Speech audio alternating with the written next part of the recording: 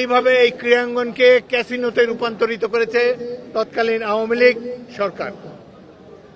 খেলাধুলায় একেবারেই তারা ধ্বংস করেছে। একটা উদাহরণ দেই, এই দেশের খেলাধুলা যারা করে, স্পোর্টস ওয়ার্ল্ড হলো একটা ডিফারেন্ট ওয়ার্ল্ড।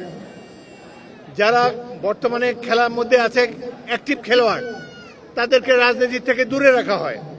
কিন্তু দেখেন এদেশের দুজন বিখ্যাত খেলোয়াড়, সাকিব আল হাসান ক্রিকেটার, মাশরাফি বিন মুর্তজা, যারা যখন জাতীয় দলে খেলে তাদেরকে এমপি বানিয়ে দেওয়া হয়েছে, বিনা ভোটের এমপি।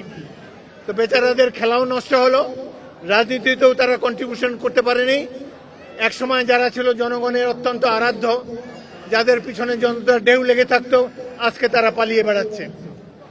এই কৃতিত্ব আওয়ামী লীগকেই দিতে হবে।